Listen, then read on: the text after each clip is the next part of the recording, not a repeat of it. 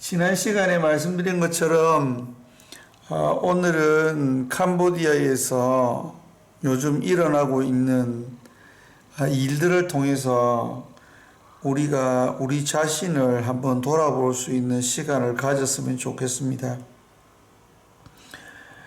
멍청한 사람은 직접 실패를 해보고 그것으로부터 교훈을 얻습니다. 아주 멍청한 사람은 실패를 해도 왜 실패했는지를 모릅니다. 그런데 똑똑한 사람은 다른 사람의 실패를 통해서 배웁니다. 그래서 실패의 횟수를 많이 줄일 수 있죠. 그래서 우리가 지금 캄보디아에서 일어나고 있는 이 일들을 통해서 우리가 이런 오류를 범하지 않기 위해서 저희들이 캄보디아에서 일어나고 있는 이 일에 대해서 조금 생각해 보도록 하겠습니다. 여러분 여기 보시면 성경이 두 개가 있습니다. 이게 번역본이거든요. 그래서 첫 번째 성경이 구번역판입니다. 그리고 오른쪽에 있는 것이 신번역판입니다. 근데 이제 지금 이 구번역판을 쓰는 사람들이 이 신번역판을 쓰는 사람들을 엄청 헐뜯고 있습니다. 공격하고 이 신번역을 쓰는 사람들을 이 이교도들이라고 그렇게 말하면서 이 카톨릭 신자들이 쓰는 성경이라고 이제 공격을 하고 있거든요. 그 이유는 이렇습니다. 이 구번역은 개신교 선교사님이 번역을 했습니다. 그리고 신번역은 캄보디아의 현지 목사님들과 신부가 같이 이 번역을 한 것입니다. 그런데 이 구번역은 개신교 이 선교사님이 미국 선교사님이었는데요. 외국 사람이 나이가 들어서 다른 나라의 언어를 배운다는 것이 엄청 힘든 것입니다, 여러분. 나이가 30이 넘어서 모국어가 아닌 다른 외국어를 자기의 모국어처럼 그렇게 할 수 있는 것은 닭이 하늘을 나는 것과 같은 것입니다. 이게 무슨 뜻입니까, 여러분? 거의 불가능에 가깝다는 것입니다. 그래서 이 미국 선교사님이 와서 캄보디아어를 공부를 해도 캄보디아어를 다 이해를 할 수가 없지 않습니까? 모국어처럼 쓸 수가 없거든요. 그래서 캄보디아는 국교가 불교입니다. 그리고 모든 지식인들이 다 스님들입니다. 그래서 학교가 절 안에 있습니다. 왜냐하면은 스님들이 다 공부를 많이 하고 학식이 있는 분들이기 때문에 스님들이 다 선생님들이죠. 그래서 이 개신교 선교사님이 와서 스님들과 함께 이 성경을 번역을 했던 것입니다.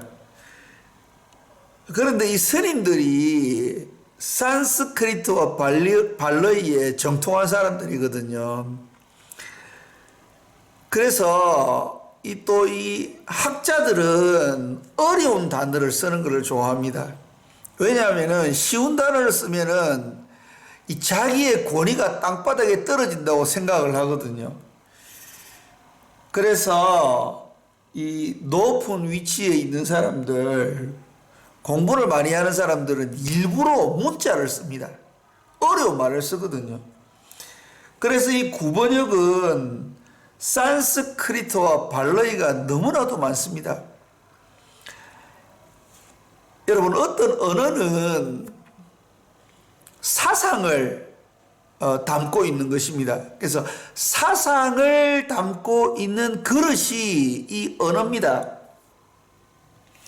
그렇기 때문에 이 산스크리트와 발레이는 이 불교와 그리고 힌두교의 사상을 담고 있는 언어입니다.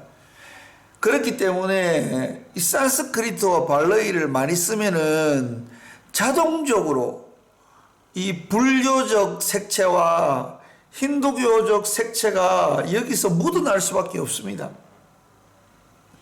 그래서 이런 문제를 감지한 이 개신교 목사님들과 또 이 구번역을 쓰던 신부들이 이래서는 안 되겠다. 그래서 번역을 한 번역판이 신번역판인데, 신번역판은 크메르어, 현대 캄보디아어를 사용해서 성경을 번역한 성경입니다.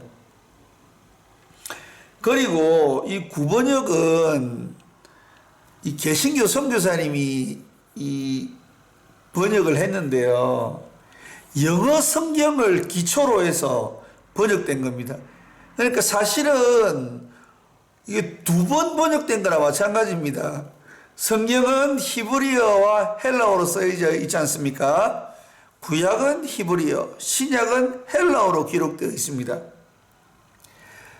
그런데 이 히브리어와 헬라어를 영어로 번역해서 그 영어로 번역된 그 성경을 보고 캄보디아어로 산스크리트와 발레이를 많이 써서 번역한 성경이 구번역입니다. 그렇기 때문에 이 문법이 파괴되어 있습니다. 문법이 파괴되어 있다는 말은 무슨 말씀이냐고 하면 문법이 영어 문법에 맞게 되어 있습니다. 한국 선교사님들이 캄보디아를 하지 않습니까? 그러면은 한국어와 캄보디아어가 어순이 완전히 다릅니다. 그래서 한 번씩 이 어순을 바꾸어서 말할 때가 있는데요. 그러면은 캄보디아 사람들 못 알아듣습니다. 왜냐하면은 영어와 캄보디아어는 단어의 배열을 따라서 이해하는 언어거든요. 한국어는 이 배열을 따라서 이해하는 언어가 아니고요. 이 조사가 발달되어 있어가지고 주어를 앞에 놓아도 되고 뒤에 놓아도 되고 중간에 놓아도 됩니다.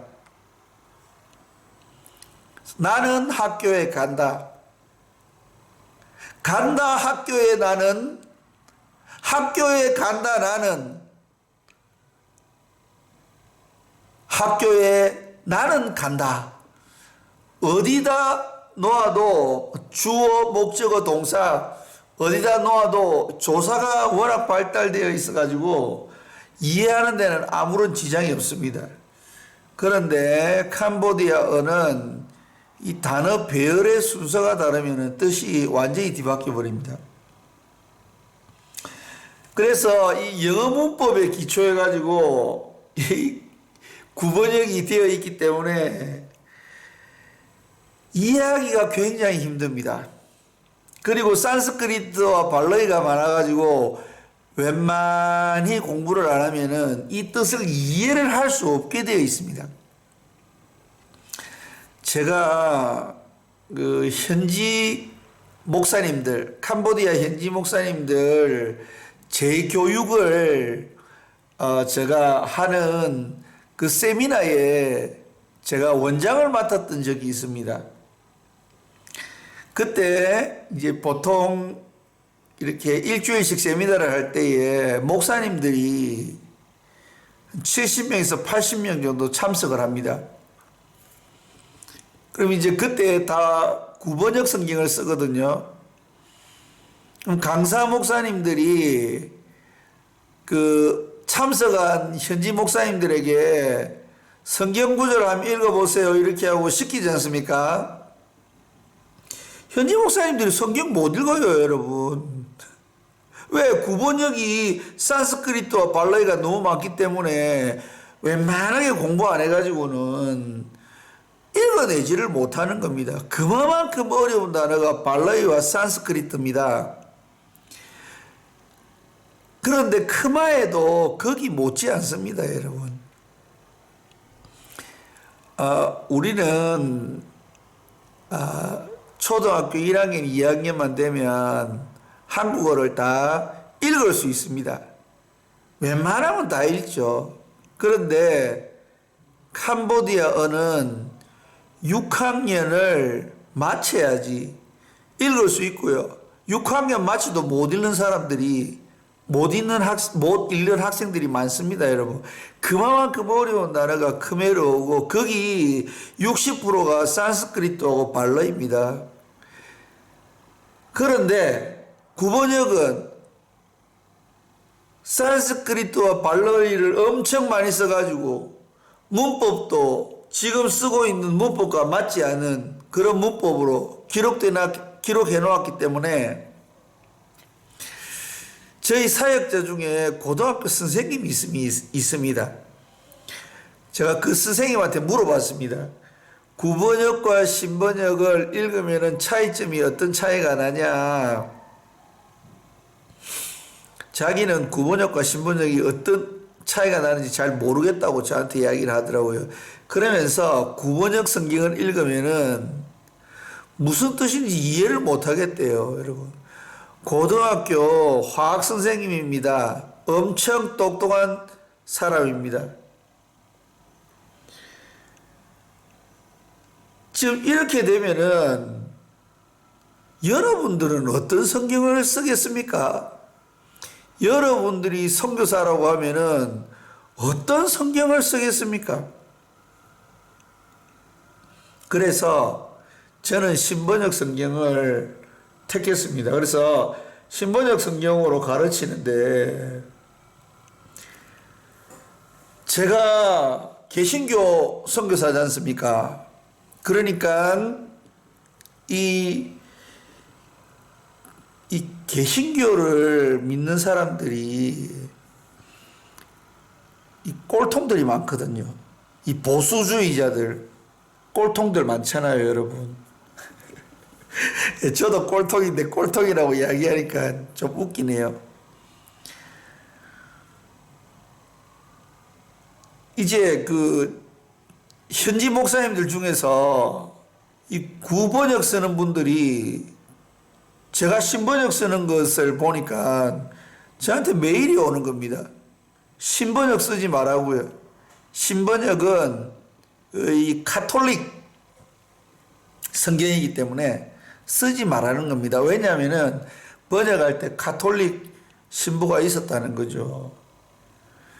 그러면은 구파는 스님들이 번역한 거나 마찬가지인데 이건 어떻게 되는 겁니까, 여러분?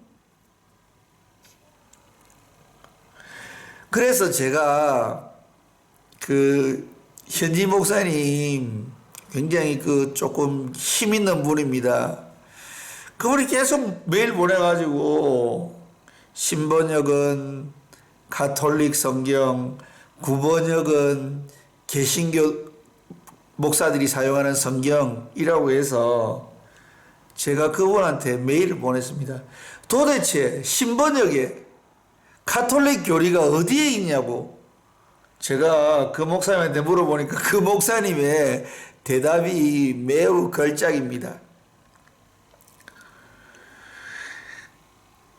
가톨릭 교리가 어디에 있는지는 정확하게 모르겠지만은 가톨릭 성경이라는 겁니다. 왜냐하면은 가톨릭 신부가 그 성경 번역하는데 참석했기 때문이라고 하는 거죠. 그래서 제가 그 목사님한테 다시 그럼 질문했습니다. 그럼 목사님, 도대체 이 새롭게 번역된 이 신번역 성경이 본래 원본 성경인 히브리어와 헬라어 성경과 어떻게 다릅니까? 어떻게 다르게 번역이 됐습니까? 그 목사님 대답이 또 걸작입니다. 나는 히브리어 하나도 모릅니다. 나는 헬라어 하나도 모릅니다. 그렇지만은 신번역은 번역이 잘못됐어요.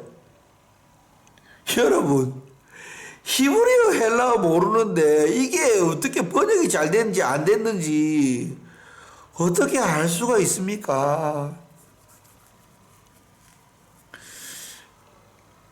지금 세 번째 성경을 지금 현지 목사님들이 번역하고 있습니다. 왜냐하면 워낙 이 신번역을 이 가톨릭 성경이라고 공격을 해대는 바람에 도저히 안 돼가지고 신부 없이 개신교 목사님들 모여가지고 지금 세 번째 성경 번역하고 있거든요. 여러분들이 번역 잘 될 수 있도록 꼭 기도해 주시기 바랍니다. 완전 히브리어와 헬라어의 기초에서 지금 거의 이 축자적으로 번역하고 있습니다. 거의 이제 그 히브리어 헬라어 가깝게 번역하고 있거든요. 사실은 구번역도 문제가 많고 신번역도 문제가 많습니다. 그러나 이 구번역을 쓰는 사람들이 신번역을 공격할 수 있는 그러한 근거가 너무 약합니다. 그래서 히브리어와 헬라어에서 번역해서 캄보디아 성경을 만들었는데 잘못된 부분이 어디냐? 그렇게 물으니까 구번역 쓰는 사람들 중에 히브리어 헬라 아는 사람들이 별로 없으니까 찾아서 이제 올렸는데 실력이 없으니까 제대로 못 올린 거예요. 그래서 그거를 본 여기 이제 국제학교에서 와서 봉사하는 선교사님이 이 헬라어에 정통한 선교사님이 있습니다. 그래가지고 이제 이 코멘트 페이스북 코멘트 하는 데다가 조목조목 반박을 해가지고 이 댓글을 달았습니다. 그러니까 이 구번역을 쓰는 사람들이 몰려와가지고 이단이라고 그렇게 이야기해요. 이단이다 이래가지고요. 그런데 이 선교사님이 헬라어에 정통하기 때문에 정확하게 이야기를 하시는 거예요. 저는 히브리어를 조금 공부해서 히브리어는 좀 압니다. 그런데 헬라어는 신학교에서 공부했는데 그래도 기본은 압니다. 보니까 이 선교사님이 써놓은 글이 구구절절 옳은 거예요. 그런데 이 구번역 쓰는 몇 명의 이 꼴수 분자들이, 이 꼴통들이, 이 수구 세력들이 몰려와가지고 이단이다 이래가지고 양의 탈을 쓴 늑대다. 우리 그리스도인들을 멸망시키기 위해서 나타난 거짓 선지자다. 이렇게 막 댓글을 막 달아놓은 거예요. 그래서 이 선교사님이 이 댓글에다가 헬라어를 좀 공부하시고 정확하게 이야기를 하시라. 그렇게 이야기를 하니까 이 구번역 쓰는 목사님 중 꼴통 그 수구분자 한 명이 나는 헬라어를 몰라요. 그런데 나는 캄보디아어를 확실하게 압니다. 당신은 외국인인데 캄보디아어 모르죠? 나는 캄보디아어 확실하게 압니다. 그런데 히브리어 헬라어는 몰라요. 이렇게 이야기를 한 겁니다. 그 다음에는 그 선교사님이 댓글을 안 다시더라고요. 저는 현명한 판단이었다고 생각합니다. 그런데요, 자세히 보면 제가 지금 이 사건을 자세히 관찰하고 있거든요. 구번역을 쓰는 사람들이 신번역을 매도하는 이유가 있습니다. 왜냐하면은 캄보디아의 기독교인들 중에서 신번역을 쓰는 사람들이 늘어나고 있거든요. 신번역을 보면 바로 성경이 이해가 되게 되어 있습니다. 그런데 구번역은 평신도들이 읽을 수가 없어요. 너무 어려워가지고. 산스크리트 발라이. 그리고 제가 말씀드렸죠.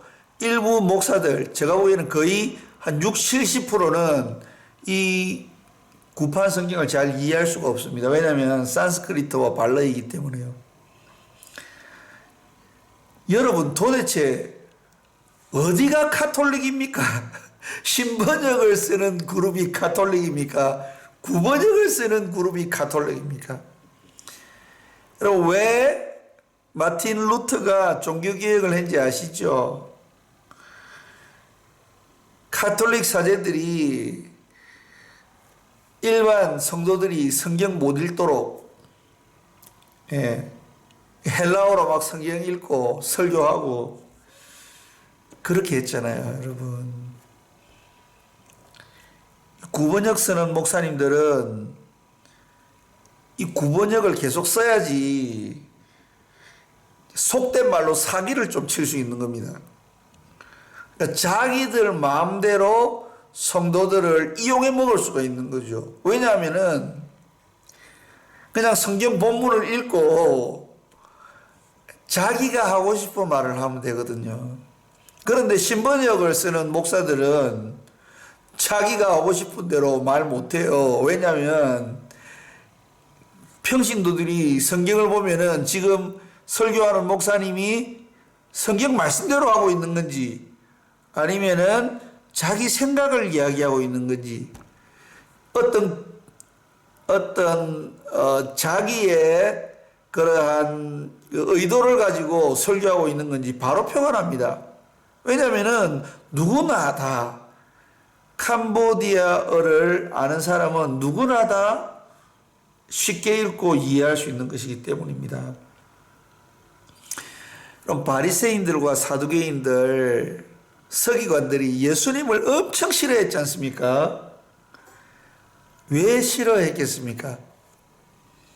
여러분 복음서를 읽어보면요, 이스라엘 백성들이 전부 다 예수님께로 가서 예수님의 설교를 듣는 거예요.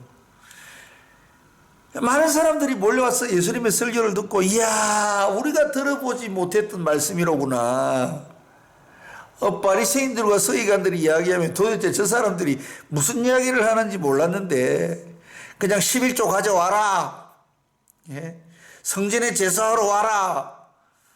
안 오면 천벌 받는다. 뭐 이런 이야기나 했지 않습니까? 그런데 예수님께서 하늘의 진리들을 막 가르쳐 주니까 그쪽으로 떼거지로 몰려온 것입니다. 그래서 예수님을 십자가에 못 박은 겁니다, 여러분. 왜냐하면은 자기들의 밥그릇이 위태해졌기 때문입니다. 제가 요즘 예수님의 가상 7언을 설교하고 있습니다. 그런데 제가 이제 설교하기 전에 페이스북에 제목을 올려놓거든요. 지난주 제목이 뭐냐였냐면 나의 하나님 어찌하여 나를 버리셨나이까. 이 말씀입니다. 이 말씀을 페이스북에 올렸는데 댓글이 하나 딱 달렸습니다. 그게 뭐냐면은 하나님은 절대로 하나님의 자녀를 버리지 않아요. 이렇게 댓글을 달아놓은 겁니다. 맞지요. 하나님이 하나님의 자녀들을 버리지 않지요. 지당하신 말씀입니다. 그런데 그분이 달아놓은 그 댓글이 마태복음 27장 46절과 무슨 관계가 있습니까? 이게 지금 예수님께서 십자가상에서 하나님을 향해서 나의 하나님 어찌하여 나를 버리셨나이까 라고 지금 하나님을 향해서 외치는 장면인데 이게 하나님이 하나님의 자녀들 안 버리는 것과 무슨 상관이 있습니까?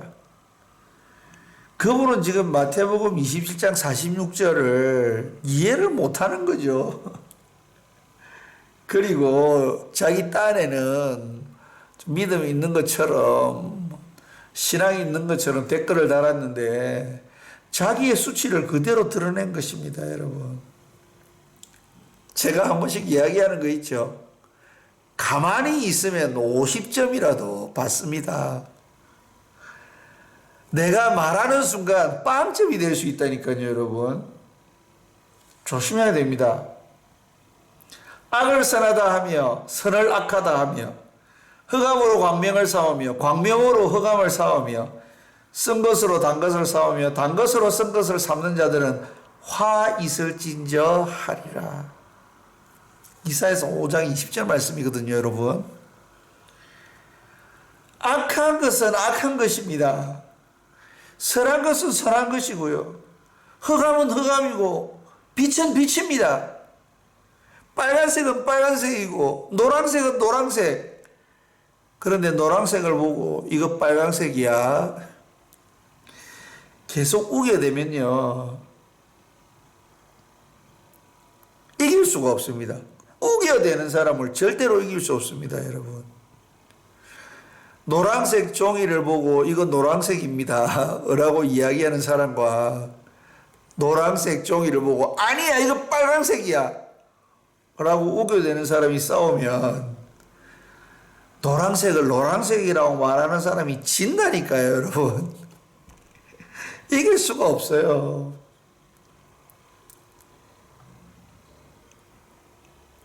마태복음 13장 16절 말씀. 너희 눈은 봄으로 너희 귀는 들음으로 복이 있도다. 마태복음 13장은 천국에 관한 비유들입니다. 이 말씀을 하시면서 예수님께서 너희 눈은 봄으로 너희 귀는 들음으로 복이 있도다 라는 말씀을 하시거든요. 여러분, 이 보는 것과 듣는 것은 이해하는 것과 관계가 되어 있습니다. 그래서 우리가 어떤 사건을 보고 또 하나님의 말씀을 들을 때 그것을 내 마음대로 해석하면 안 된다는 겁니다. 그러면 실패하는 거죠.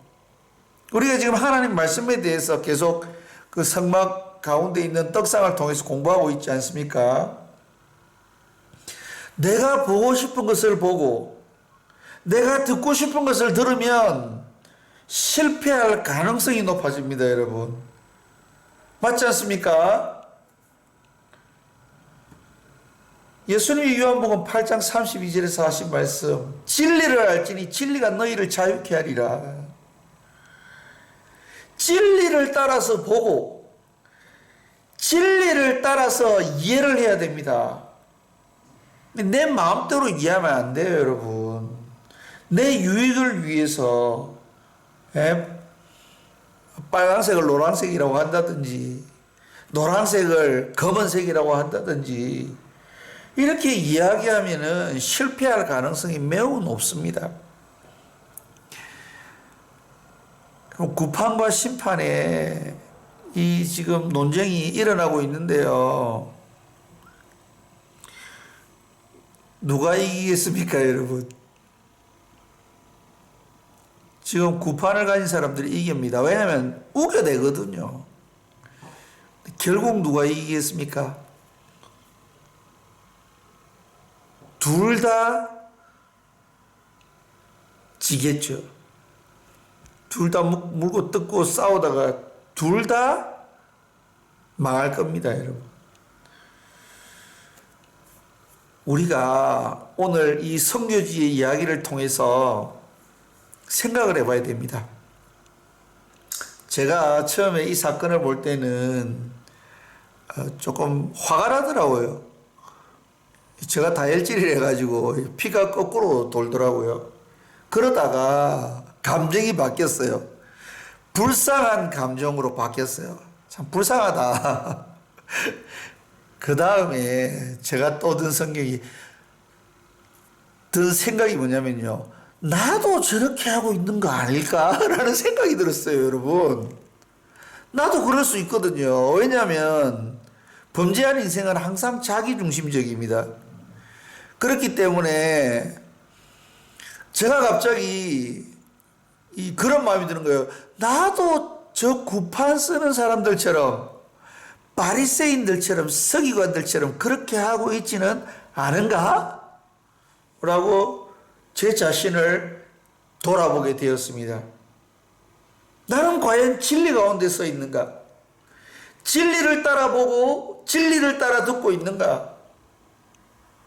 제가 제 자신을 돌아보는 계기가 되었습니다. 진리가 무엇입니까? 요한복음 17장 17절 말씀에 보면은 진리는 하나님의 말씀입니다, 여러분. 내 생각이 진리가 아닙니다. 여러분들이 말씀을 통해서 보고 말씀을 통해서 모든 것을 듣고 판단함으로써 여러분들의 삶에 진정한 자유가 있는 그러한 행복한 삶이 되시기를 주의 이름으로 간절히 축원드립니다. 다음 시간에 뵙겠습니다.